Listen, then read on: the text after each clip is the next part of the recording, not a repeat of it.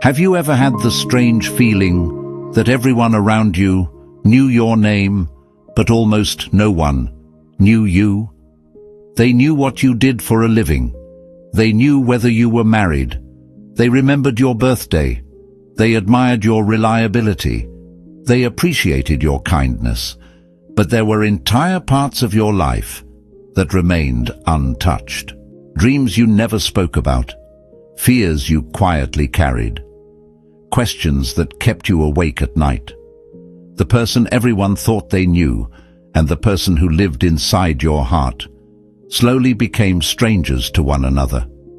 Carl Jung believed that every human being possesses an inner world far larger than the one other people ever see. Perhaps the saddest part of growing older isn't realizing people misunderstood you.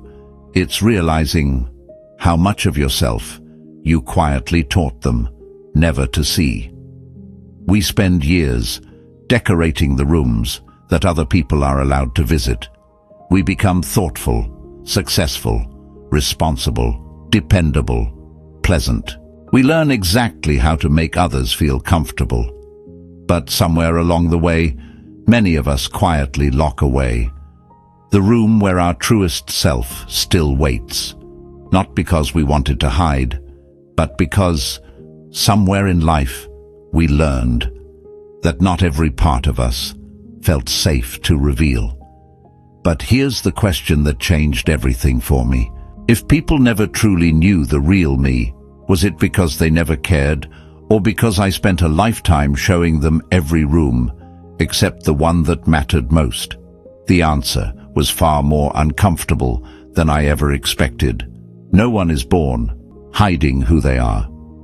Watch a small child for a single afternoon. They laugh without asking permission. They cry without apologizing. They ask impossible questions. They dance in the middle of the room simply because music exists. They have no audience to impress, no image to protect, no reputation to defend. They simply exist. But then life begins teaching its quiet lessons. Don't be so sensitive. Stop crying. Be strong. Good boys don't do that. Nice girls don't say things like that. Little by little, another lesson quietly settles into the heart. Some parts of me are welcome, and some parts are not.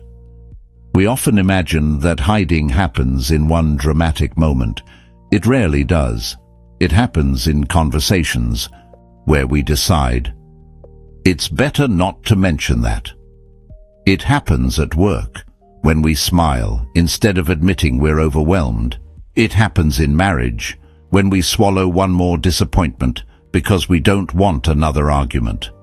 It happens in families, where everyone gathers together, but certain subjects are never allowed into the room. Year after year, another door quietly closes, until eventually the person everyone knows lives downstairs, while the person you really are remains waiting behind a locked door upstairs. It's remarkable how easy it is to become successful, respected, admired, and still quietly wonder whether anyone has ever met the person living upstairs. Many people misunderstand Carl Jung's idea of the shadow. They imagine something dark, something dangerous. But sometimes the shadow isn't made only of anger or fear. Sometimes it's made of tenderness that never felt safe, tears that were never welcomed, dreams that were quietly abandoned, kindness mistaken for weakness, creativity hidden beneath responsibility. The shadow isn't always the worst part of you. Sometimes it's the most beautiful part that life convinced you to keep hidden. But here's what surprised me the most. The locked door wasn't keeping other people out. It had slowly begun keeping me out too. I had lived behind the same walls for so long that I no longer remembered what it felt like to be completely myself, And that's where Carl Jung offers one of the most hopeful ideas of all.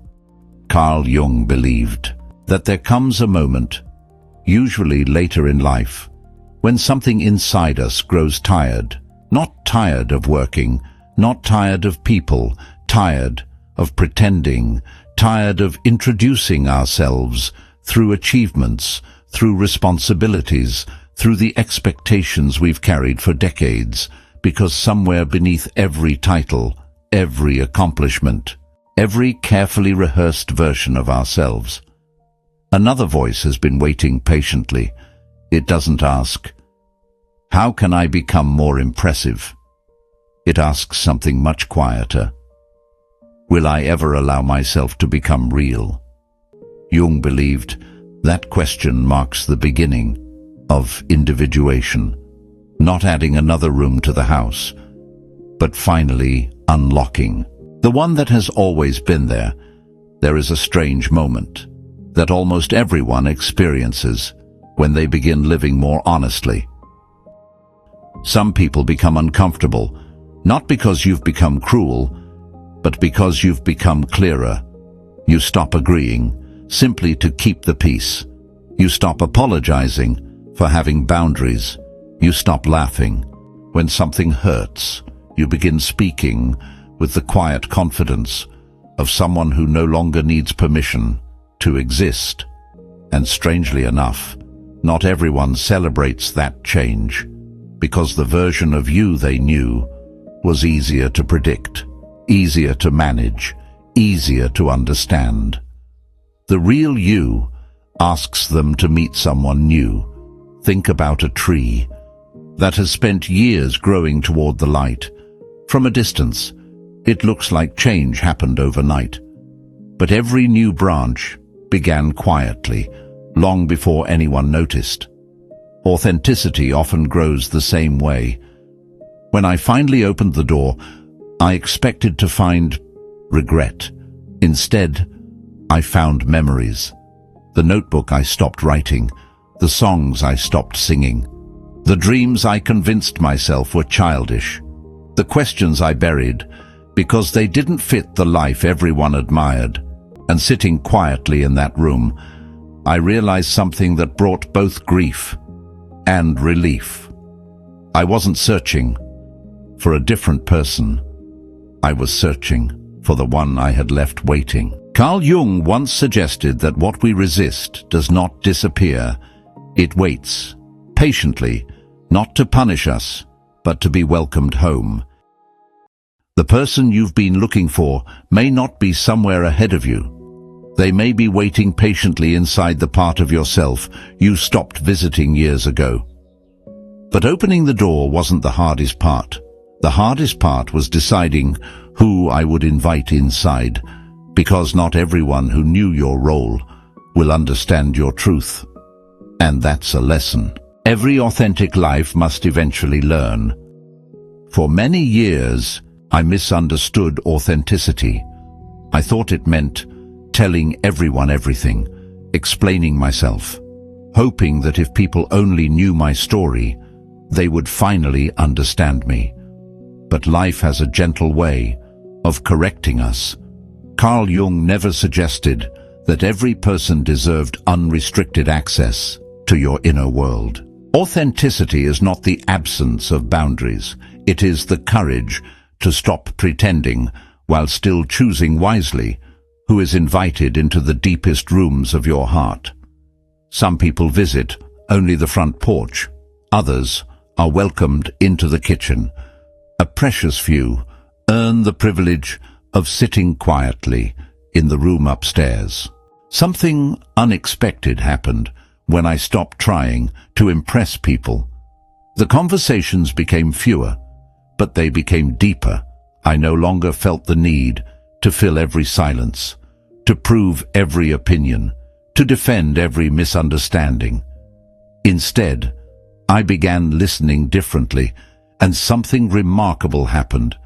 The people who had also grown tired of performing quietly found me, not because we agreed on everything, but because neither of us needed to pretend anymore. That's when I understood belonging isn't built on perfect agreement. It's built on mutual honesty. Isn't it interesting that the people who make us feel safest are rarely the ones who talk the most? Often, they're the ones beside whom we no longer feel the need to become someone else. That's a rare kind of peace.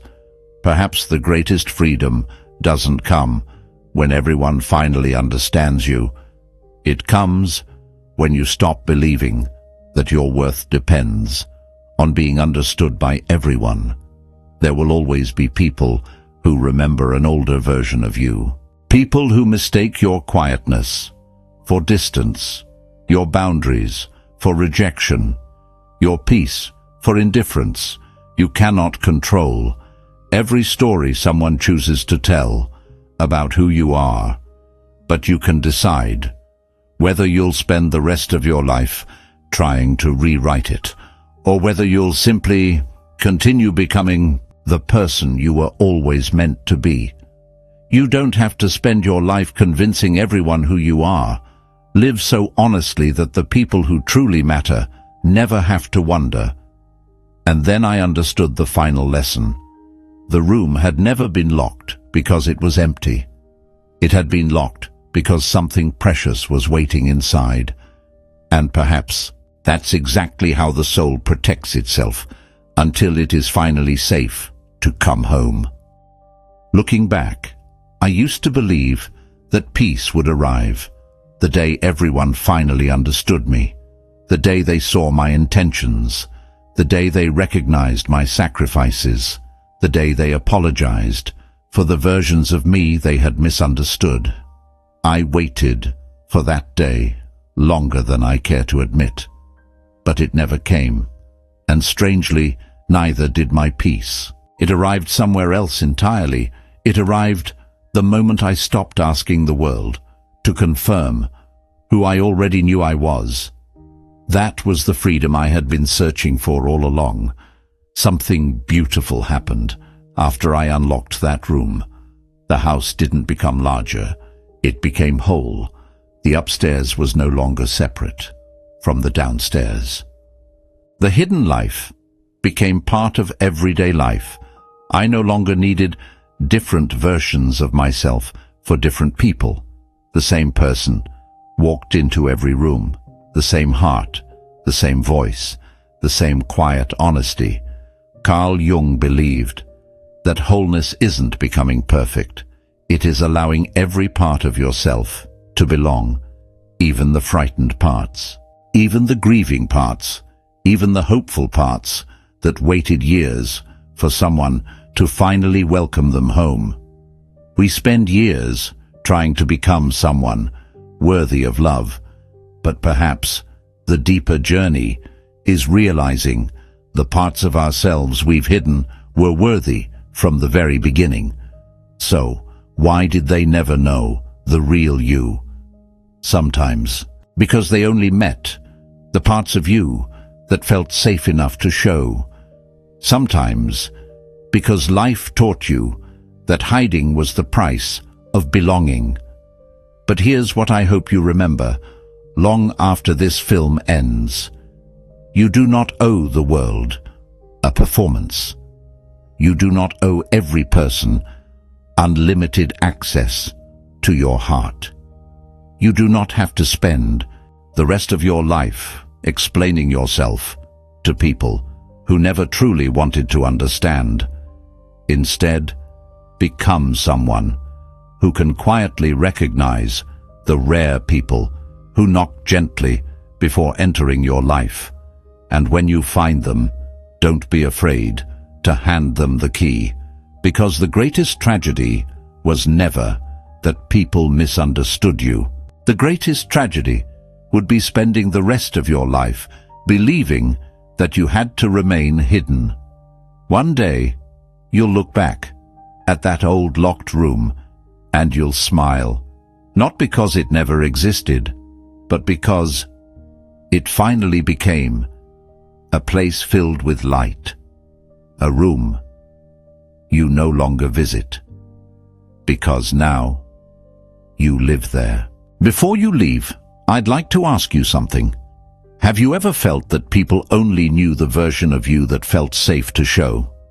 Looking back today, what part of yourself do you wish you had never hidden? Share your story below. You may give someone else the courage to unlock a door they've kept closed for years. And if this film reminded you that authenticity isn't about being understood by everyone, but about finally coming home to yourself, I would be honored to have you join me for the next journey.